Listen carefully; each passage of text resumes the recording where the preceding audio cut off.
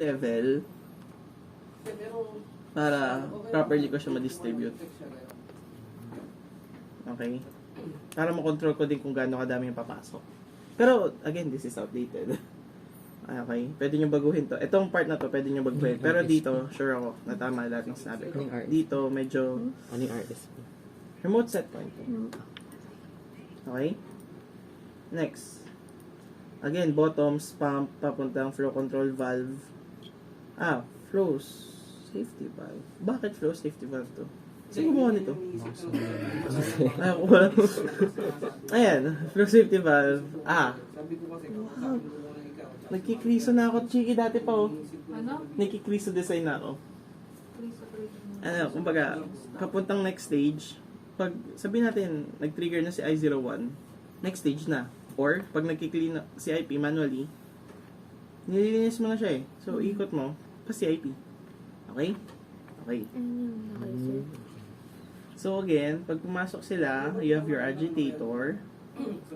Ngayon, you also have inoculation from seed fermenter. Flow safety valve lang din. Then, this is heater. Kasi clean stream eh. Clean stream, papainitin mo. Pupunta sa cold trap. So, pinapainit mo lahat ng galing sa seed fermenter. So, ayan. You have temperature indicator. Flow, minimeasure mo yung flow. To control yung flow ng yung pagpasok niya. So, you also have level indicators here para ma-reset. Kasi ano to eh, totalizer siya eh. Tinotalizer ko siya eh. Para alam ko kung gaano kadami. Para pag specific na yung total niya, pipitik siya na reset ka na ulit para bilangin mo ulit kung gaano kadami. Okay? So, yan. Tapos, actually, yan, magpa-process na yan. As well as dito, yan din, syempre, papasok. Coolant return. Ito, sa side naman ng pagpapalamig ng jacket. Yung steam supply, tsaka coolant supply, papasok automatically. Pero you have temperature controls sa loob to provide as indication kung ano na yung temperature natin. So, ang ginawa ko, nag-cascade ako dito with bypass. Para pag sira yung isa, meron akong backup.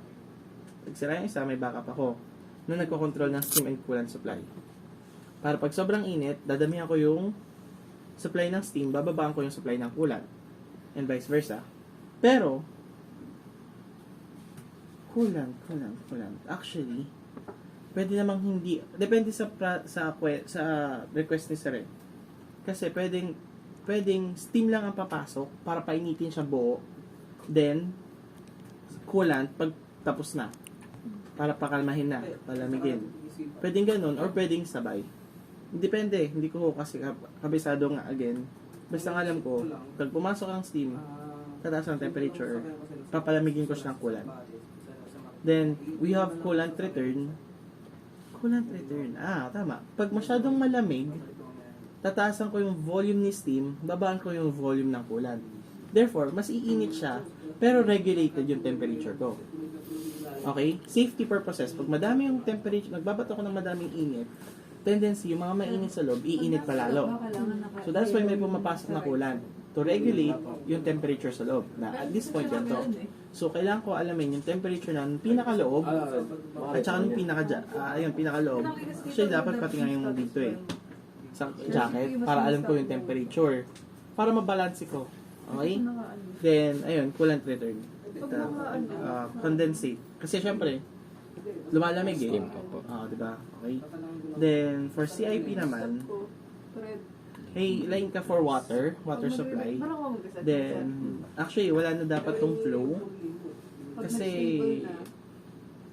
dapat level lang. May level sensor ka lang to stop. Titigil lang yung pagbukas ng valve mo. Yun lang, actually, solenoid valve maganda na dito.